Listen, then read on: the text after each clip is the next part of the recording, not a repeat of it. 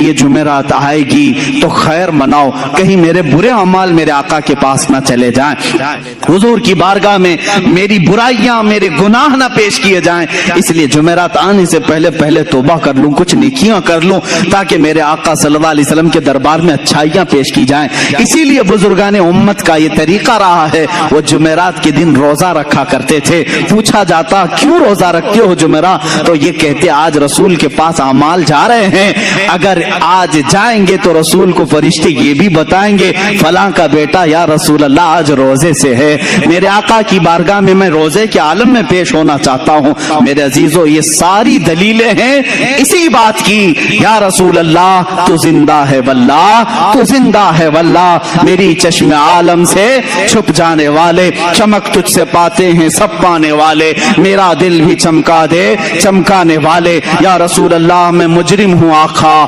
مجھے ساتھ لے لو, میں مجرم ہوں آقا مجھے ساتھ لے لو, کہ رستے میں ہیں جا بجا تھانے والے. وآخر دعوانا الحمدللہ رب العالمین.